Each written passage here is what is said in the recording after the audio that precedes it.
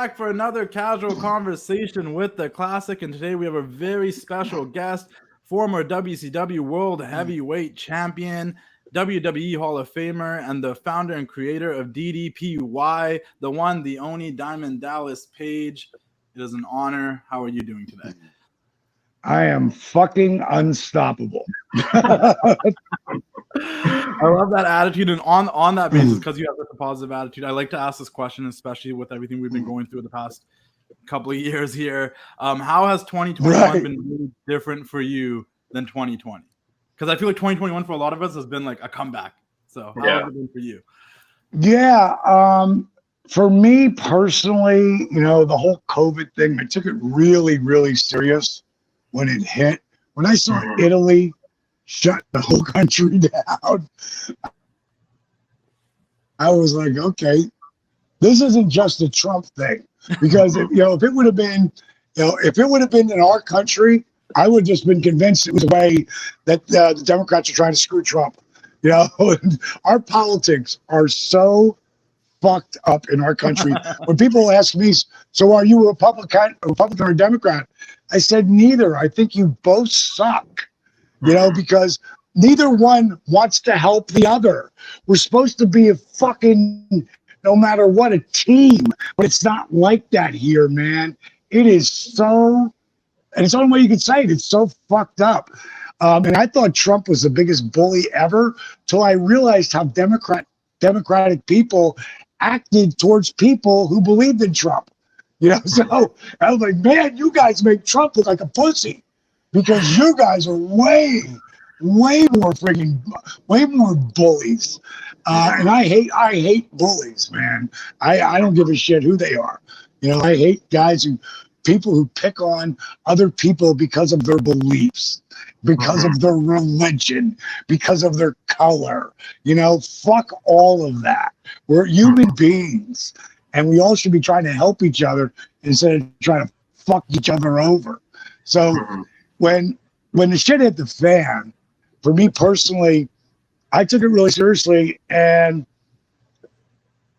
I expected, the shit to hit the fan big time in our country because it was the turmoil was so bad over that period. I shut down my workout spot at my DDP Yoga Performance Center, and that kind of was like a blessing for my company because, I kept that open and kept people working out there. Just because I wanted people to have a place to come. But now today, that whole space of workouts in a building, that will be forever changed. Yeah. And I didn't really make any money on that. I did it for the community. But at this point, it would be costing me money, a lot of money, just to keep it open for people. And I don't know if you guys know, but I was working with Cody Rhodes before there was an AEW. Okay. When they were just doing, the only thing that those guys had was the Elite Show on YouTube. Remember that show? Yeah. That the Young Bucks did along with Kenny, and Cody got involved, of course, and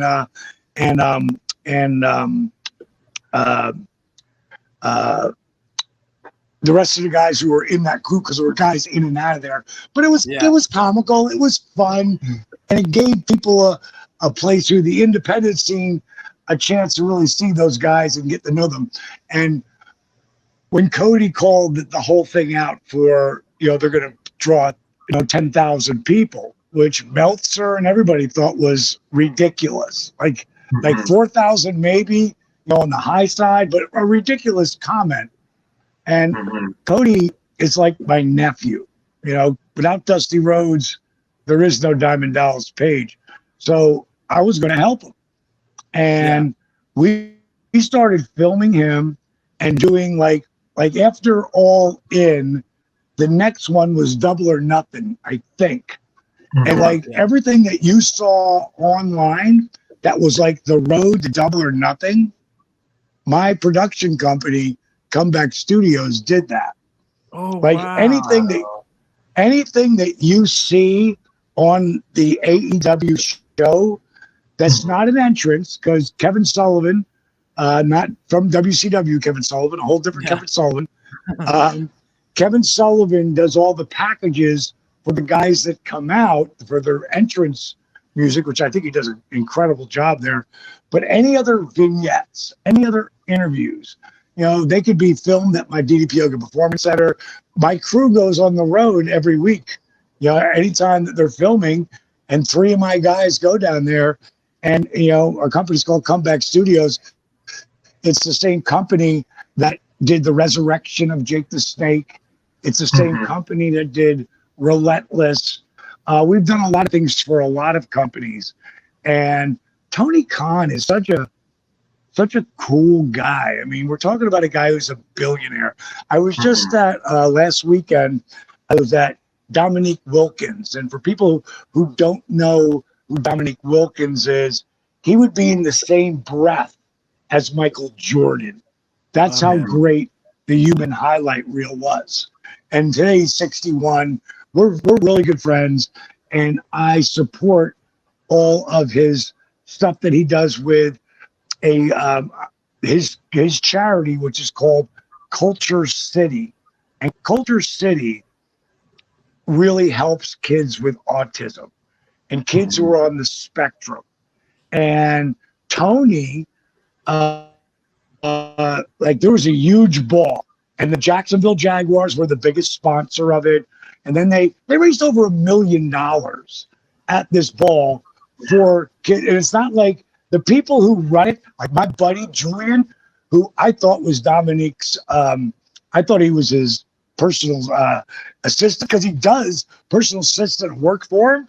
The guy's an emergency surgeon in the ER. Him and his wife both are doctors, and because Dominique has he helps, he faces these kids with autism. And Tony, and it was Brandy Rhodes who came up with this. Brandy Rhodes, she put together, like, for any shows at AEW, like, there's a place where these kids who have autism can come and be a part of wrestling without having all the noise.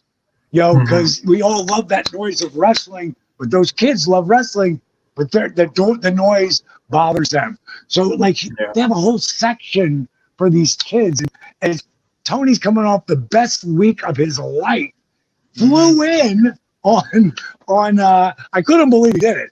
He flew in on Saturday for the show, and Jungle Boy was there, and Jade was there.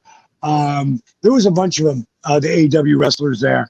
But for Tony to make an appearance, after giving all the money and really caring, it just says a lot about, from the top on down, people who really give a shit there. And to see Punk come out there in Chicago, and that's a building that I wrestled in, man, and friggin' main evented with Randy Savage in, and to see him come out to that crowd. There hasn't been a crowd that hot. I mean, they've been hot. Their crowds have been hot. But that was a WCW 1997 crowd. It's the best year. They were white. That crowd was, and I'm so glad that Punk, after waiting all these years, had the chance, the opportunity to come back, because he could have been making a shitload of money over this last 7 years. He never had. But he chose not to. He didn't have to. He didn't have to come back. And the bottom line is, I'm sure they've been trying to get him for a while, because him and Tony, I know him and Punk are good friends, and he could have come back at any time. But I mean, sometimes just gotta wait. And you gotta wait. Is everything. It really is. He waited a year. He saw how the company was. He saw the great video productions from Comeback. He saw the wrestlers coming in. And I think with that time, after a year of AEW being on television, it was like, you were more confident coming, I feel like. Yeah, 100%. Maybe, yeah. I mean, I don't think there's anybody who ever has had like that. Like, I've had some big pops coming back, but not like that. Like, that was amazing. And from what I hear, like, I don't know, because I always tell Cody I don't want to know. I don't want to know. I want to be a fan and watch it the way a fan would. And but we hear the rumors of Daniel Bryan, you hear the rumors of Bray Wyatt now. You hear rumors, like those are game changer guys, just like Punk, just like Rhodes, just like Omega and Moxley and the Young Bucks. See, these are game changer guys, man. And you look at some of the young talent that they've really have risen to the top. And I just look at the first match that Cody had, because he's a guy, he's a star maker. Like, if you remember, friggin' Darby Allin is a huge star in the world, not just in AEW. He's a huge star in the world of professional wrestling. He's the only name that Punk mentioned. He's a huge star, and he is a self-made star of AEW. But it was that, you see Cody go out there with a guy who's unknown and does a 20-minute Broadway with him. Yeah. He could have beat him and still helped, but he didn't do that, because it's not about winning and losing to Cody Rhodes. It's about making the talent. Yeah, and they got a good mixture of homegrown talent and established talent now, which is the perfect mix. 100%.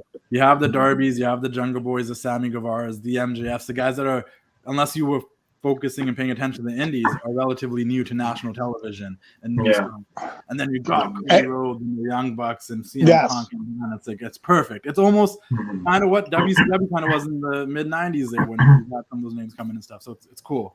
That's cool. No, 100%. And I think it's such a good time to be a wrestling fan. And this year really reminds me of the year 1997, where you have these outside wrestlers coming into AEW, but you also have the homegrown talent. And like in 97, guys like Alex Wright, Disco Inferno, so many other names were, WCWs, and and yourself. And it's so cool to see everything come together now, and seeing guys like Brian Pillman Jr., Griff Garrison, get opportunities and get these moments and see them evolve, throughout many years of AEW. And it's such a cool place to be, I also love the tidbit you gave us about your production team helping out with those Road 2 videos, because those are some of my favorite things. And I always would tell people on my behalf, if you're going to watch a pay-per-view, make sure you watch these Road 2, because the stuff we can't tell you on the show, because they only have that 2 hours, you're getting that on this. And you're getting the best little interview clips, the best little behind-the-scenes stuff. So that's really cool. Yeah, it was like my business partner, Steve, he's brilliant. And he oversees it. But Dylan Freimeyer, I've known this kid since he was 15 years old. Yeah. And, he was just a humongous fan of mine. And, he did my program. He lost 100 pounds, gained it back later, but he lost 100 pounds when he was like 15. But he, started his own. He's been working with me at the Performance Center since we opened. So 9 years he's been with me there, and I've watched this kid become one of the best storytellers when it comes to wrestling. He has his own wrestling organization that he calls Southern Honor. It's down in Georgia, and right outside of Atlanta. And it was dubbed right before COVID the #1 promotion in the state of Georgia. And there's multiple promotions in Georgia. And his show, he does it like it's a Monday night show or a Wednesday night show. I mean, he does it with the fanfare of the screens and stories, and he's just a really creative guy.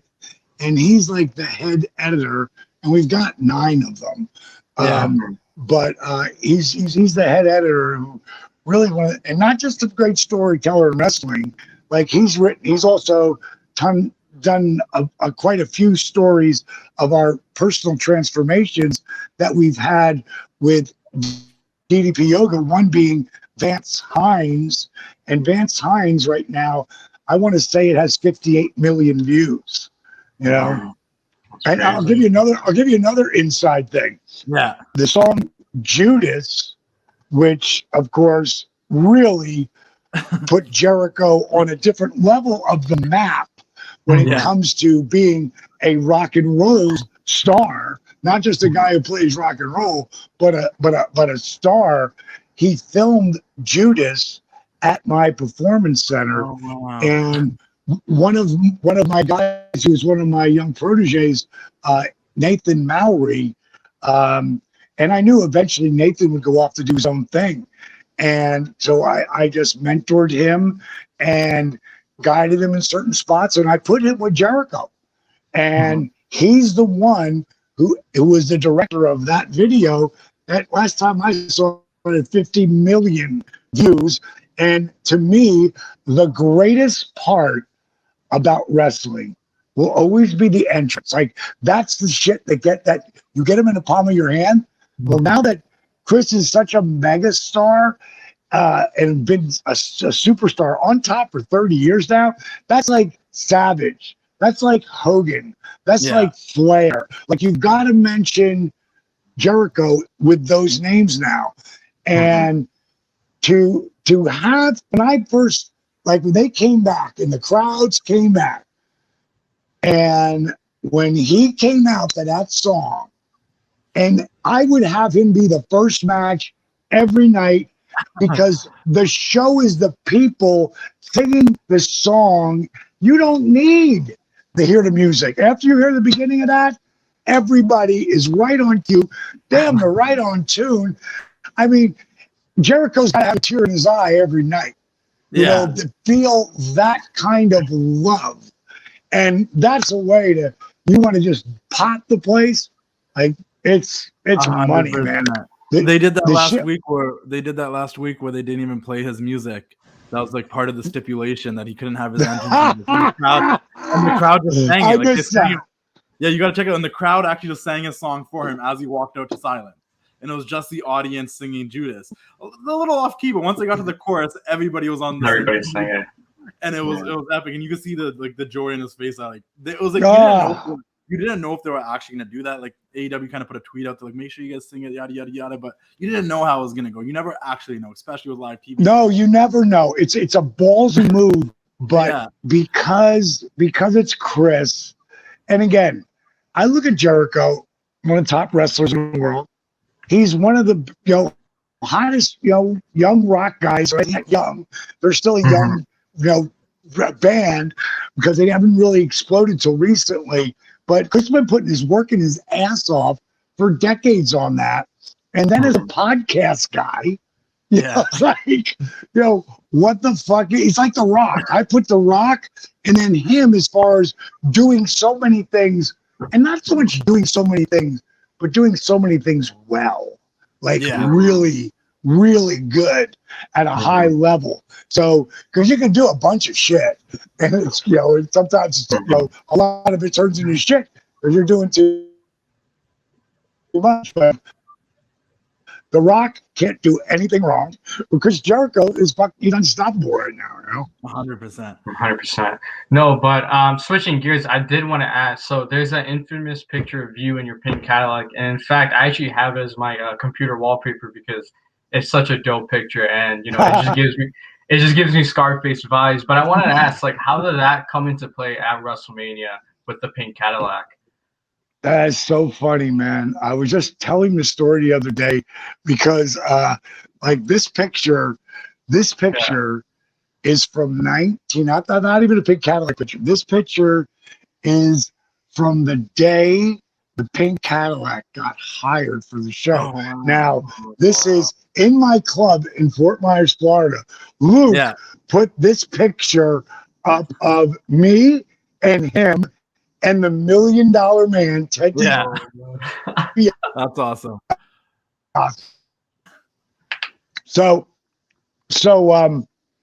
Luke up Diamond Dallas Page before he was Diamond Dallas Page. So the that night, I guess got to backtrack before that. Jake Roberts was the first guy to ever come in my club. Okay. And I tried wrestling when I was 23. It didn't work out. Hurt my knee. I had 3 matches. I sucked. I was going to take a month off, come back, and I got my first nightclub, not nightclub, little rock and roll bar to run. Yeah. Oh, wow. And that was in 79. really going to 1980.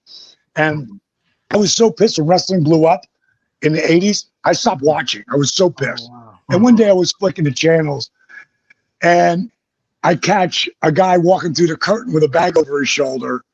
And of course, he's got the hair and the Fu Manchu, and it's Jake. And I'm like, who the hell is this guy? And his swag, was just before swag was swag, Jake had swag. Yeah. And his work in the ring, his promos, like all of a sudden, man, I'm a huge wrestling fan again, right? So, and I'll tell you how much I thought Jake was so real. Like, I know it's a work. I did it. Yeah. But they never told you it was a work back then. Yeah. In the 79, it's when I tried it, And so I'm thinking, when I watch Jake, I'm thinking like, is this guy shit real? And the other guys are working, like, it's like, I can't see through his shit, And so I'm in my club, and this is a big club. This is 6 years later. I'm in Fort Myers, Florida. And I've got this huge club, 1,000 people in the club. And I'm in my back office, and I'm just about to walk out into the club. And I'm looking, I go, who is that big fuck walking through the door, right? And he's got a leather coat on and long hair. And I'm looking, I'm like, no fucking way. So I start to run into the club, but it's so packed, I'll never find him that way. Yeah. So I run around the outside of the building like Mickey Mark, right? Yeah. I run in the front door. I go, Judy, did a guy walk in here look like Jake the Snake Roberts? She's like, yeah, Paige. He thinks it's him. So I run in there. Oh, I see him, and I say, oh, got to get that cool factor going. Can't be Mickey Mark. Yeah. So I work my way over towards him, and I'm like, hey, man, you Jake the Snake Roberts? Who wants to know? I said, the guy who runs this place. He's like, yes. What can I do for you? I said, what are we drinking? And me and him got shit-faced that night. We just bonded. We got so, of course, he never paid for anything. Yeah. And, of course, he would tell the guys. So the next time they came through, now, if you worked Miami and then Tampa, that's 300 miles. Yeah. Fort Myers is right in the middle. So on this night, Shawn Michaels came through, Marty Jannetty when they were tagging together. Yeah. Later, so many guys came through. And Luke saw my 62 pink Cadillac. Now, this is from this time, at this time, I'm still not in wrestling, but there's a shot I would take later. This is a 62 pink Cadillac. That's the picture. That's the picture. So dope. And Butch is looking at my car. Or not Butch, Luke is looking at my car. And he's like, Diamond, Pat Patterson, he's looking for a honky tonk man. He needs a car like this to take him to the ring. Jimmy Hart and Greg Valentine. We need someone to take him to the ring.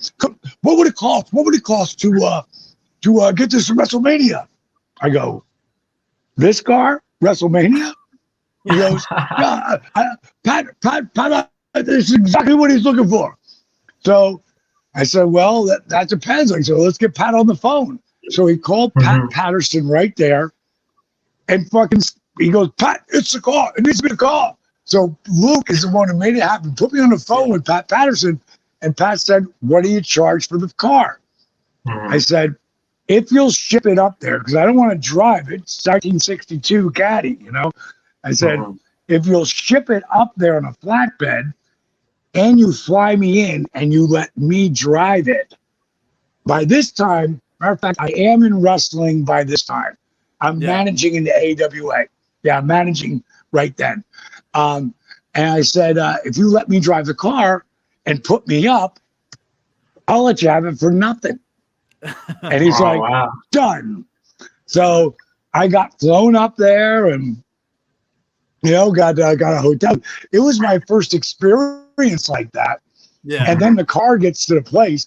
Like, thank God it started, When it's a classic car, shit like that can happen. but I never even thought about that. But everyone was so nice to me up there, and I knew, Mr. Perfect from the AWA. So me and Kurt Hennig were already buddies, and he was there at that time too, I believe. And but Hulk walked up to me, and I couldn't believe he knew who I was. But Hulk was one of those guys that watched everybody to see who was the next guy who was going to draw with. I remember Hulk coming up to me in Germany, like that was in 80. That was in 90. Was it 90 or 90? Was that like 89 or 90 when that WrestleMania? What year? 1990. 90, right.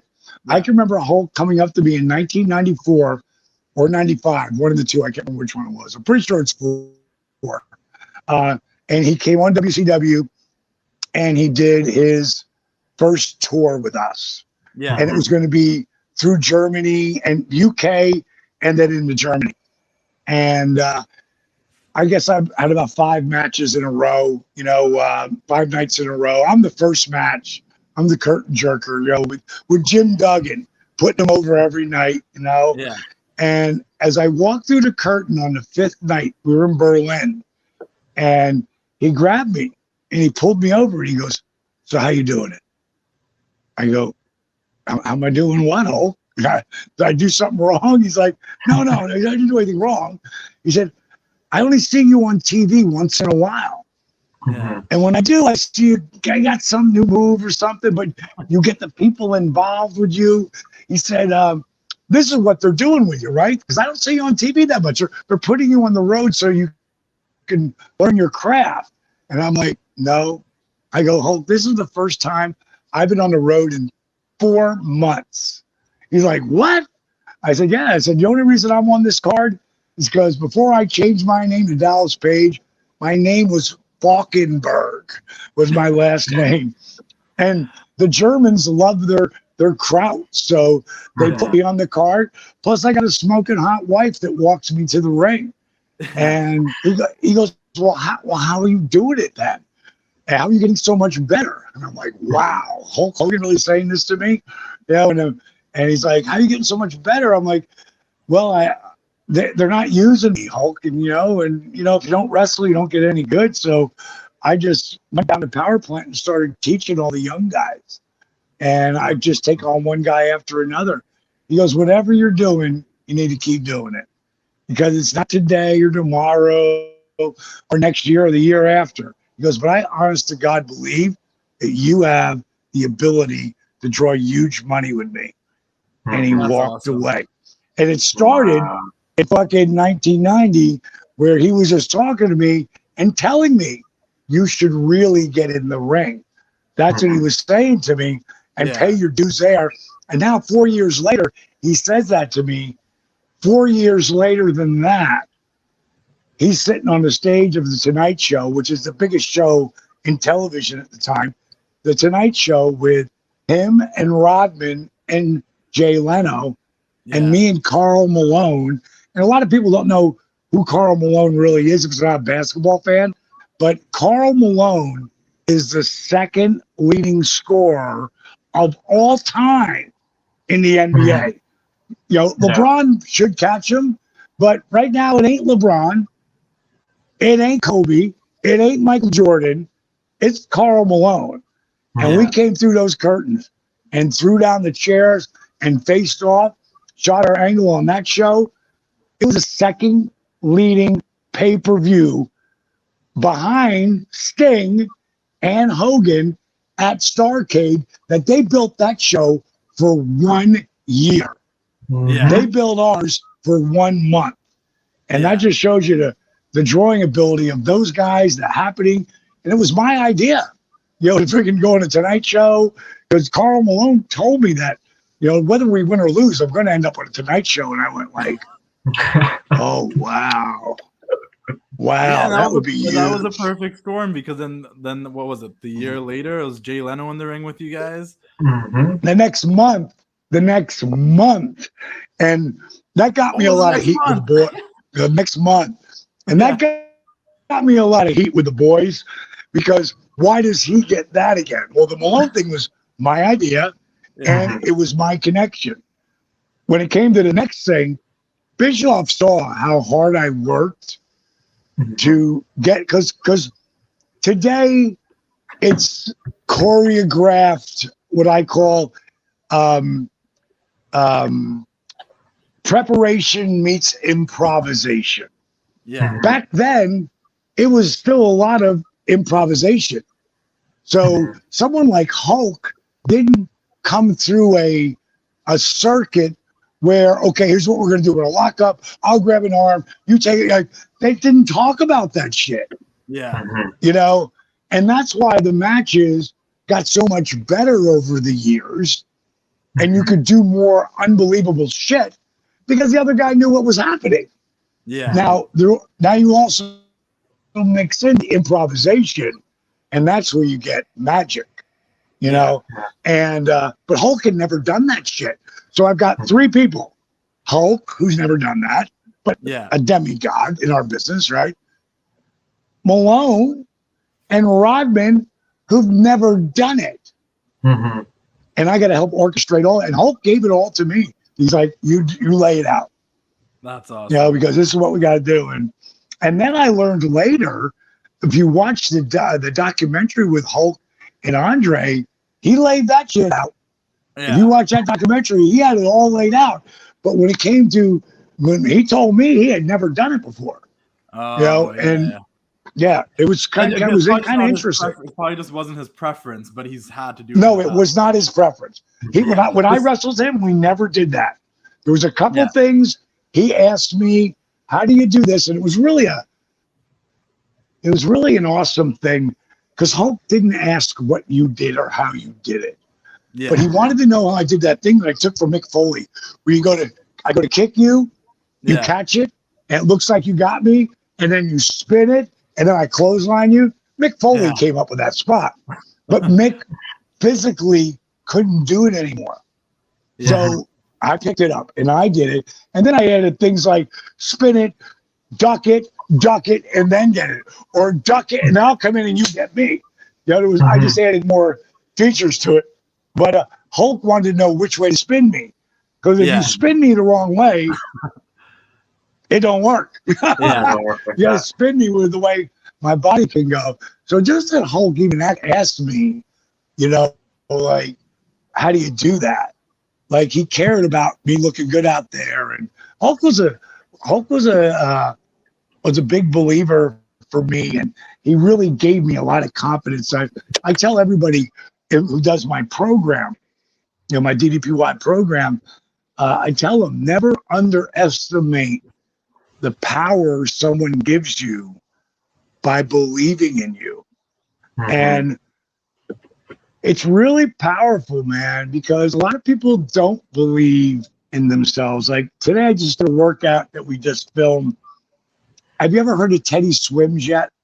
No. Not familiar. You will. He's a singer. He's a singer. Okay. And just anybody who's listening, just go to YouTube or go to Spotify and pull up Teddy Swims. He got signed to Warner Brothers without a record deal, like without a record, without originals. He was just doing covers on YouTube.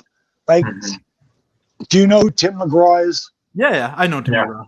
Tim McGraw's a country legend. About 2 months ago, and she was in the miniskirt.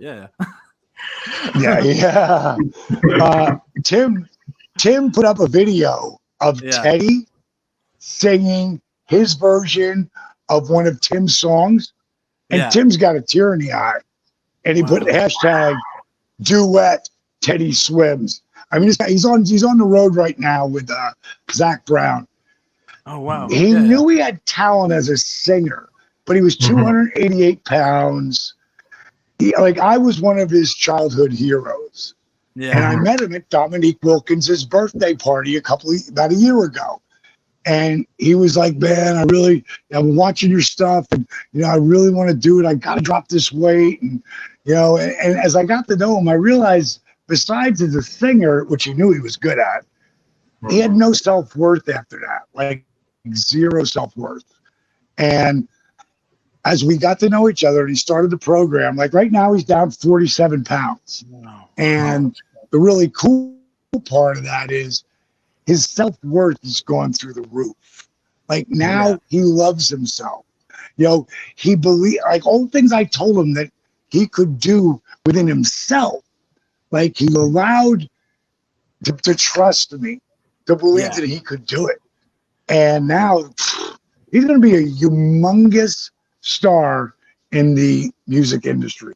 I'm going to keep my eye out. Mark my words. I'm a big keep music your eyes fan. out for him. Wrestling, I'm a big music fan, so I'll definitely keep my eye out for Teddy Swim. That's awesome. That's such an awesome story. I do want to point something else, because you talked about preparation and you talked about people that believed in you. I'm a huge Macho Man Randy Savage fan. That's my favorite wrestler of all time. So I was just, I want to ask you, like, what was it like working with him, and what was your relationship with him? What did he mean to you? Because over the past year, we've seen some documentaries come out, we've seen stuff come out. How do you feel about him? It was a dream come true. It was the feud of the year in 1997. It took a guy who had worked so hard and nobody believed him. First guy to believe in me was Jody Hamilton. He just passed, and he was an assassin. He just passed 2 weeks ago. The second guy to believe me as a wrestler, believe me as an entertainer before anybody, but as a wrestler, was Dusty Rhodes, Jake Roberts, then Hulk Hogan. So I had some guys who believed in me. Nobody else did. I mean, like, it was kind of crazy. And Mach was someone, like, when you're a wrestler and you're coming up, everything's been done pretty much today. These kids keep coming up with some move I've never seen before.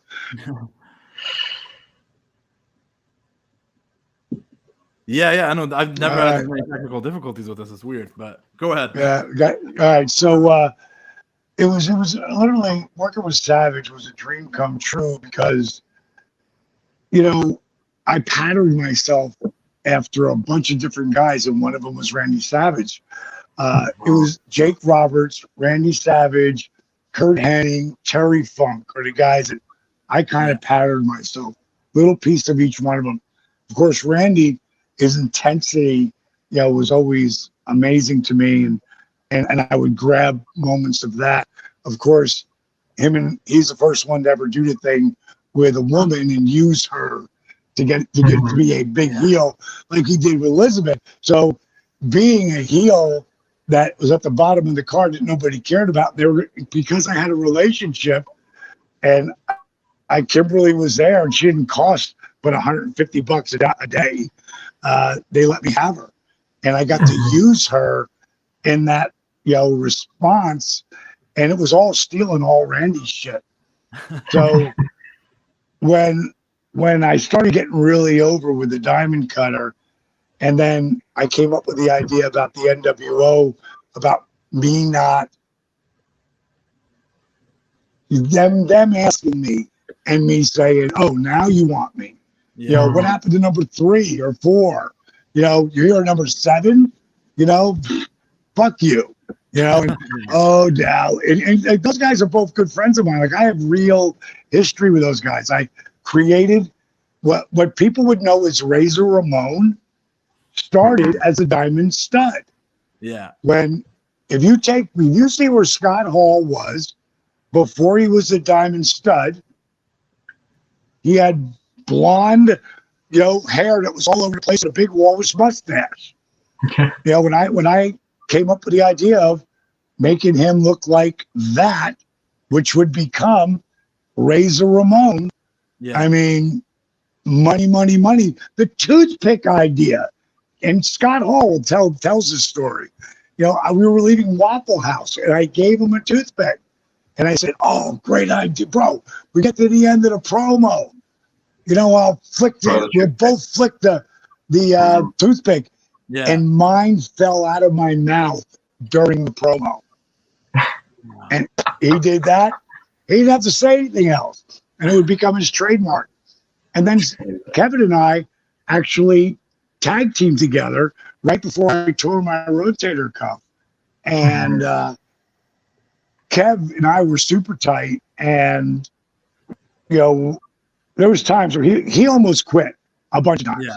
And in his Hall of Fame speech, he said, I owe my beachfront home to Dally, because there's times here in this business, I was like, fuck it, I'm out. And, and I would always say to him, big man, don't let them take you down, bro. Don't let them not believe in you, man. You're going to be one of the biggest names in the world. And Kevin Nash is one of the biggest names of all time in our business. Yeah. And but not at that time he wasn't. That's that whole believing in someone. And never underestimate the power someone gives you by believing in you.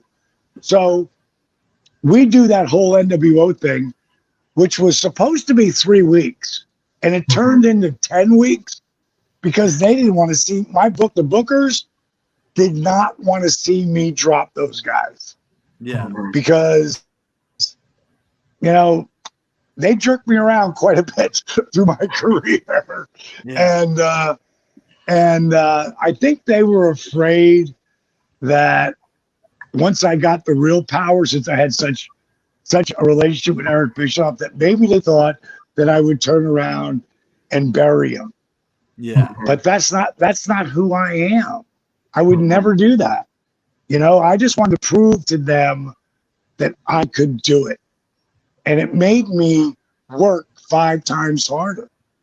And when that thing happened where I dropped the NWO, when it finally happened, and they pushed it off, and they pushed it off, and they pushed it off to a point we ended up in New Orleans. And it's our first dome show. Yeah. And there's 33,000 people. So when that happens, the roof blows off. So I run through the crowd. Mach says he's ready.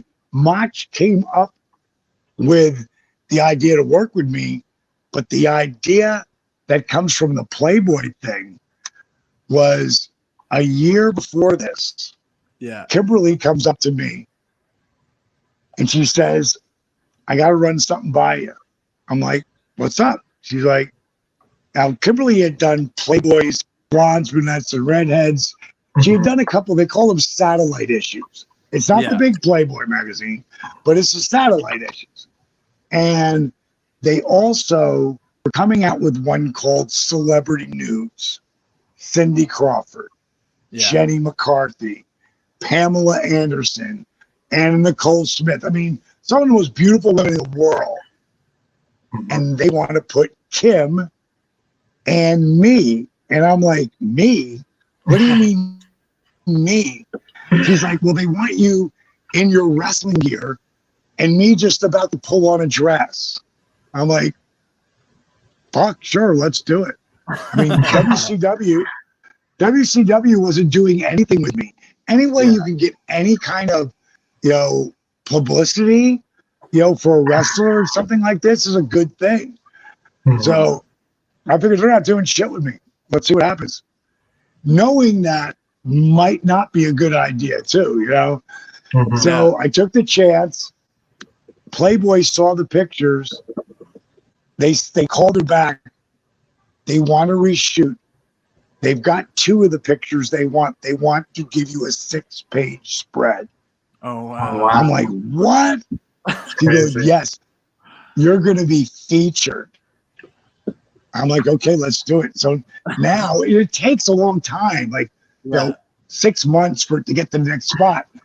So now I know it's coming. I know it's coming out, right? And this is all around the NWO time, right? Yeah. So me and Bischoff are having a few beers at this place called the Longhorn Saloon. And I said, I got to tell you something. And I told him. And he was like, what? Are you fucking crazy? You've got a morality clause. I said, well, then whatever happens, happens. I said, maybe Vince will do something with it. And when it all hit the fan, Bish decided that was going to be the thing we were going to use. And they put the NWO over Kim's nipples and the crack of her ass. And it got her some really great time too. And that exploded that magazine you couldn't get that magazine like 3 days later. Mhm. Yeah, well, everybody went out and got that magazine. Yeah. But so now it led to me and Randy, and we had the promos that we had. Like Randy knew I was ready. In my head, I was ready in 1995. I mean, I was ready. But 96, I know I'm ready. But when it 97, I was really ready. I never could have done in 95 what I did in 97. Because you need reps. You need time. I mean, you got to remember, I went right from the middle of the mid card to the main event, like overnight. And it took 8 years to be an overnight success. That's what it did. It took 8 years. No, definitely. I think seeing you progress and evolve throughout the years has been really cool. And Justin over here, I'm 19 years old, by the way. So I always go back and he always shows me like old nitros and seeing the progression. I grew up on the stuff. He grew up on it, and he always made me go back and watch it, and it's just so cool to see you like evolve and just whoop ass every week, hit the diamond cutter, and get the crowd to pop. But I wanted to ask, like, what did it mean for you to win your first world title? Like, how big was that moment for DDP? It was huge, man. It was huge. The night after, I'm driving. So first, the night when I'm gonna be, I've got to back it all the way up. This picture of me and Dream is from 32 years ago. Yeah. And in 4 years, 4 months, and 14 days before that night in Tacoma, Washington, I was on the phone with Dusty, and I was bitching up a storm. It's 1998, 94, and my career's not going anywhere. And I was bitching, about the booking committee, and Dusty would just let me vent, because I'd been super tight for Dusty since 1989. He took me under his wing. He treated me like a son, a brother. Sometimes he was a dad to me. And I said to him, Dust, I know I'm never going to be you or Rick or Hulk. I know I'm never going to be the world champion. But these sons of bitches went, Dennis, enough. And I was like, oh, what did you just say? And they was yelling at me. I'm like, fuck, I never heard him yell at me before. And now I feel kind of stupid. I'm like, well, Dream, I know I'm never going to be you, or Rick, or no, D. What did you say after that? I said, well, come on, Dream. They're never going to put the world title on me. He said, then what the fuck are you doing it for? Dallas, if you don't believe that you could be the world champion, D, as hard as you work, D, if you don't fucking believe it, you need to get the fuck out of my business right now. And it was like he reached through the phone and just bitch slapped me, I don't remember a thing he said after that. He kept talking. He was on a rant himself. But I remember exactly what I did. Right next to my phone, there was a yellow pad. And on that yellow pad, I wrote, I will be the world champion in 5 years or less. I tell people all the time, just don't think it, ink it. Write it down. Make it a goal. Just telling yourself you're going to do something is like a wish. When you write it down, you make it a goal. You make it tangible. You make yourself accountable. It was 4 years, 4 months, and 14 days when I step in the ring. Now, think about that conversation. I know I'm not going to become you or Rick or Hulk. I know I'll never be. Yet that night, I step in the ring with Hulk and Rick and the Stinger. Dusty's retired, so let's replace him with the franchise. Yeah. So telling him 4 years earlier, I'm never going to be those guys. And then Randy Savage, the guest referee, Same pay-per-view 2 years earlier, I beat him, and it changes my life. Like, it dramatically changed my life. And to watch it all happen was just the craziest thing to me. But now I'm at the pinnacle. Besides the Hall of Fame, this is it. And your first world title, not your second, your third, your 15th, whatever, your first one. And because you've just broke the barrier. And Randy Savage hands me that friggin' world title. Like, Hulk told me he wanted me to put him out with the Bret Hart figure 4 on the post, on the ring post. So he's out. I put him out. We'll use that later. And then Ric Flair, the greatest champion, for me, the greatest wrestler ever, because Rick had everything, and he had it for decades. And to be able to get the belt handed to you by Savage again, that was just surreal. And the next day, my favorite moment was the next day when me and Kim were driving to Spokane, and I just got a cell phone, and the cell phone's ringing, and I pick it up. And before I can even say anything, I hear, "So D, how'd it feel?" I said, "It feels real, Dusty. It feels real." He said, "That's because it is." And hung up with me. You know, it was surreal moments, man. You know, it's kind of like as cool as that shit was, you know, like you can see, like, I'll just pull this off here so you guys can, like, you can see I've got memories all over. That's awesome. Yeah, no, this room is sweet. Room is insane. I've got shit no one's ever seen. They don't just give you a ring, they give you a Hall of Fame belt. Yo, I've got so many incredible memories, and as amazing as this part of my life was, what I'm doing today is going to dwarf. At some point, it will dwarf my wrestling career. And I'm talking about long after I'm gone, DDPY will just continue to grow and grow and grow, because it's, you know, as much as I say it's yoga for people who wouldn't be caught dead doing yoga, it's still that form of workout, that lifestyle. Like, if you guys really want to see something incredible, like, just go to Facebook and just go to DDP Yoga, one word. That's not my site. On my site on Facebook is DDP Yoga, 2 words. But I used to write it like this, one word, forever, for the first couple of years. And there's a group of buddies of mine who just started putting a little DDP Yoga site together.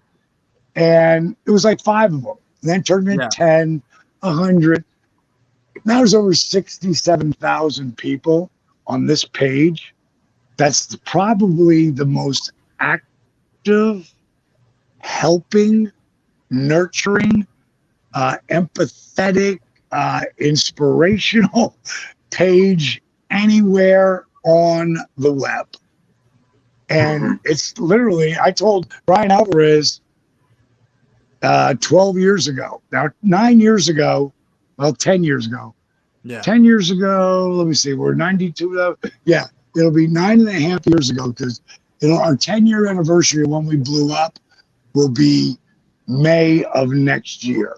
So we're at about 9.5 years now that we blew up, and our company just continues to grow and grow and grow. But 3 years before that, I did an interview with Brian Alvarez, and he said, at the end of the interview, he said, "So where will Diamond Dallas Page be 5 years from now?" And I said, "Well, 5 years from now, I'll be known as the next Jack LaLanne, which was a fitness guy from the 50s, who was on TV. Everybody knew who he was in the States. Will be the next Jack LaLanne meets Tony Robbins meets straight Richard Simmons. Yeah. And I said, I honestly believe that at some point my program is going to dwarf my wrestling career. Now, 12 years ago, that was a really bold statement. Today, not so much. But back then, it was a bold statement. And Alvarez is going like, dude, you had a pretty unbelievable wrestling career. And I said, yeah, but this is something different. What I'm doing today is changing people, not helping just change people's lives, but helping people own their lives. And when you look at someone like Jake Roberts, forget Arthur Borman and Vance Hines and all the,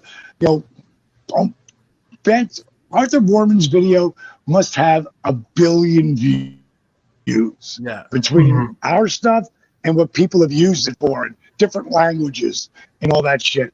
But you take all that shit away and just put the story of the resurrection of Jake the Snake.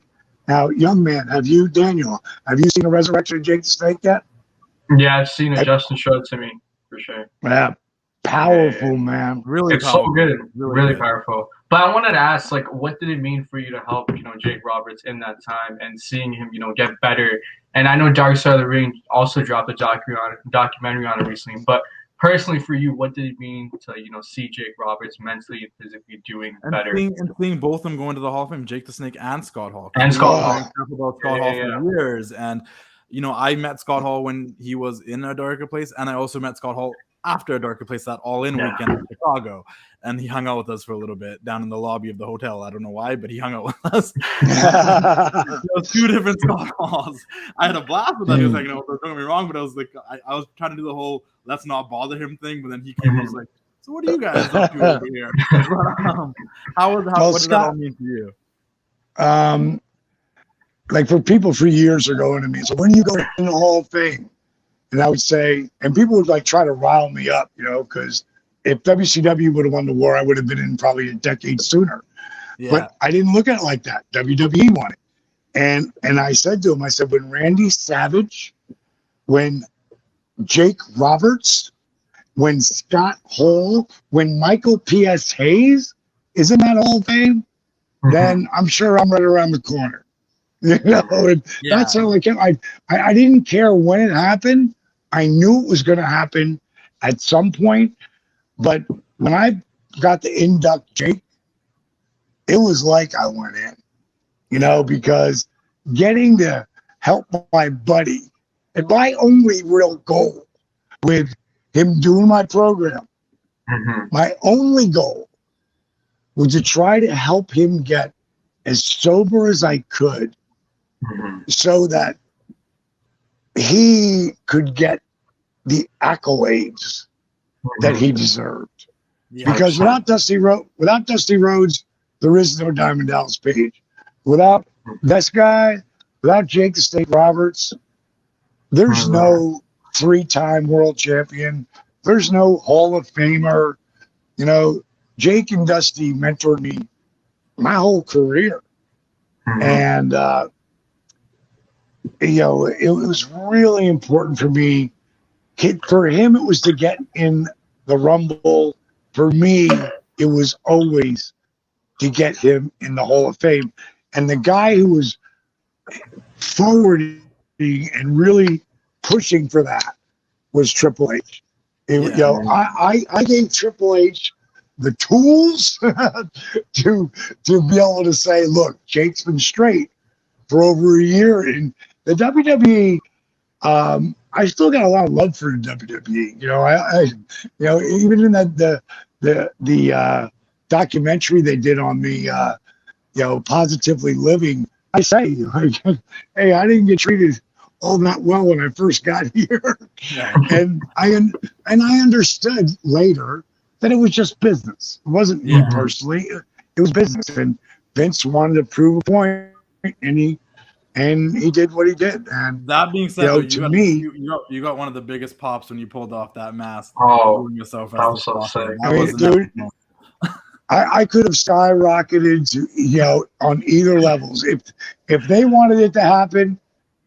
Yeah. You could have 100%. So another 8 years to be an overnight success. I was $500,000 in, like gone before I made it. Before I made a dime. And the thing that I learned, man, because they wanted me so bad, but they also wanted Sting too, and Sting didn't go. And because I was 45 at the time, I used time as the thing of saying, how much longer can you wait back? Like, this is your time to go. And I should have waited until I had all my ducks in a row. I should have said, thanks for the opportunity. When you want to do People's Champion versus People's Champion, give me a call. The thing is, you can't be afraid to get up and walk. What it taught me was you can't be afraid to get up and walk away from the table when you know you have something that person wants. Yeah. And they wanted someone from WCW coming in, and they wanted to prove a point. And in the big picture, I guess they did, but how they treated me the last 10 years has been amazing. And I've got nothing but love for WWE. I wouldn't be helping anybody but Cody. And now that I've become good friends with Tony Khan, who's one of the classiest fuckers I've ever met. I mean, just a sweetheart guy. But I met him through Cody and the stuff we've done together. But to me, I think it's great for wrestling to have, like, there's a real competition again now. It's like, I mean, Chicago this last, and I don't just mean the Punk show, they sold out 3 other shows too. Yeah. In the same city. So, that how often does that ever happen? And right now there's a real buzz.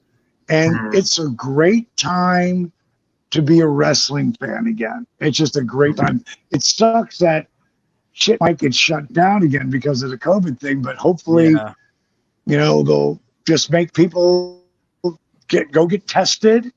And, some people take the vaccine. I hate the thought of taking that fucking vaccine because it's not a vaccine. It's a flu shot, because you're going to have to keep taking shit that I just don't trust the sons of bitches. Yeah, fair enough. Can't trust anybody. You can't trust the news. We have to go. All right, 5 minutes. I'll finish up here. The bottom line is, hopefully you can keep the roll going. Guys, I got to get the next appointment, so let me finish up this with anyone who wants to check out my program outside of wrestling, which is, of course, DDPY. It's always 7 days free on the app, so you can try it.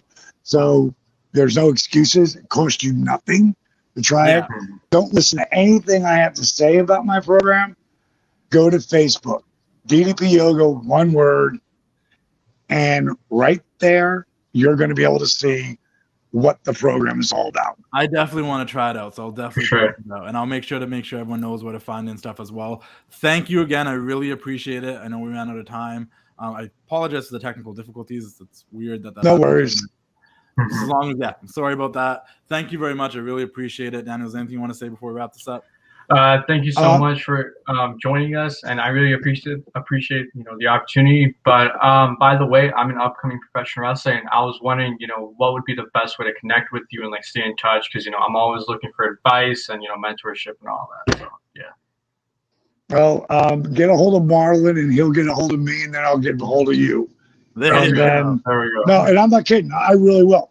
But get a hold of Marlon, tell him, and he'll text it to me, and then we'll go from there. All right, brother? Sounds good. Yeah. I appreciate that. Thank you so much. And I genuinely want to try to all right, boys.